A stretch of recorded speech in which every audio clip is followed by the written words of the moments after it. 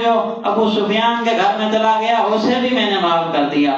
تو اس وقت حضور نے سارے کافروں کو معاف کر دیا، اور حضور نے وہاں تعلیمات دی، وہاں یہ درس دیا، فرمایا کہ جب حضرت یوسف علیہ السلام کو ان کے بھائیوں نے باپ سے جدا کر دیا، 40 سال کے بعد حضرت یعقوب علیہ السلام کو جب یوسف علیہ السلام ملے تو حضرت یعقوب علیہ السلام نے یوسف علیہ السلام کے ملنے کی خوشی میں سارے بیٹوں کے گناہوں کو خطاؤں کو معاف کر دیا۔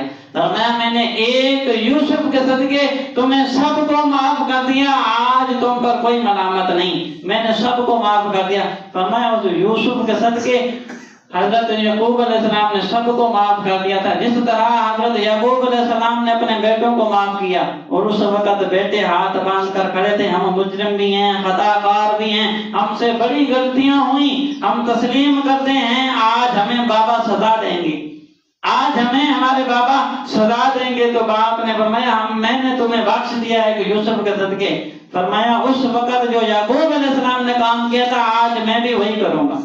فرمایا وہاں حضرت یعقوب علیہ السلام نے اپنے بیٹوں کے خطاؤں کو بخش دیا، آج میں نے تمہاری ساری غلطیوں کو معاف کر دیا، تمہاری ساری خطاؤں کو معاف کر دیا۔ تو اس وقت وہ جو کافر تھے مسلمان ہو گئے۔ تو اس وقت حضور نے بدلے نہیں لیے، اس وقت حضور نے بدلے نہیں لیے ان سے، نہ ہی دشمنی کو یاد کیا۔ حضور کی تعلیمات تھی کہ دشمنیوں کو بھلا کر محبتوں میں تقسیم کیا جائے۔ فرمایا ہر ایک مسلمان دوسرے مسلمان کا بھائی ہے، کل مسلم اخواتن، مسلمان آپس میں بھائی ہیں، کسی کو کسی پر فوقیت ہی نہیں ہے، نہ گورے کو کالے پر، نہ کالے کو کسی حبشی پر، نہ کسی کو اجمی پر، نہ عربی پر۔ فرمایا سارے ایک جیسے ہیں۔ یہ ہم نے اپنے آپ کو بدل دیا ہے، جی میں رائس ہوں تو میں وڈیرا ہوں، جی میں چودھری ہوں، میرے طبقے کے لوگ مجھ سے ملیں گے، ان غریبوں کی کیا اوقات، میرے راستے میں آتے ہیں، یہ تو آتے ہی اس وقت ہیں جب پریشان ہوتے ہیں، ہمارے گھر پر آتے ہیں تو قرضہ مانگنے کے لیے، پیسے مانگنے کے لیے، یہ تو وہ فلاں۔ اگر تمہیں اللہ نے دیا ہے شکر کر کے تمہیں دینے والا بنایا ہے، لینے والا نہیں بنایا، شکر کر کے تمہیں دینے والا بنایا ہے، لینے والا نہیں بنایا۔ ایک دوسرے کا احساس کیا کریں، ایک دوسرے میں محبتیں بانٹا کریں، اگر آپ سے کوئی غلطی ہو جاتی ہے تو معافی مانگا کریں، تکبر نہ کیا کریں، میں اس سے معافی مانگ رہا ہوں، وہ کیوں نہیں آتا؟ جب ایک بندہ اپنے آپ کو عاجزی میں اختیار کر لیتا ہے نا، اللہ کو سب سے زیادہ جو پسند ہے وہ عاجزی ہے۔ اللہ کی بارگاہ میں جو نیکی سب سے پہلے جو جلدی مقبول ہوتی ہے وہ عاجزی ہے۔ خیال رکھا کریں، آج جیسے آج کل سردیوں کا موسم آ رہا ہے تو پڑوسیوں کا خیال رکھیں۔ ہمارے گھروں کے قریب ہمارے پڑوسیوں میں کوئی ایسے بھی ہوں گے جن کے پاس سردیوں کے کپڑے نہیں ہوں گے، کوئی یتیم ہوں گے، کوئی مسکین ہوں گے، کوئی بیوہ ہوگی، اپنی اولادوں کو بڑی مشکل سے پال رہی ہوں گی، ان کا دھیان رکھا کریں۔ مخیر حضرات جن کو اللہ نے دیا ہے، اگر دیں گے اللہ آپ کے رزق میں اور برکت دے گا، تو کوشش کیا کریں پڑوسیوں کا خیال رکھا کریں، آپ کے رشتہ داروں میں، آپ کے ارد گرد جو مسکین ہیں، یتیم ہیں، بیوہ ہیں، غریب ہیں، ان کا خیال رکھا کریں۔ اللہ تبارک تعالی ہمیں ایک دوسرے کے حقوق کی تحفظ کرنے کی توفیق عطا فرمائے، ایک دوسرے کی خدمت، ایک دوسرے کا خیال کرنے کی توفیق عطا فرمائے۔ اللہ تبارک تعالی ہمیں تکبر سے محفوظ رکھے، عاجزی اختیار کرنے کی توفیق عطا فرمائے۔ بیان میں جو غلطیاں ہوئی اپنے فضل و کرم سے معاف فرمائے۔ وما علینا الا البلاغ المبین۔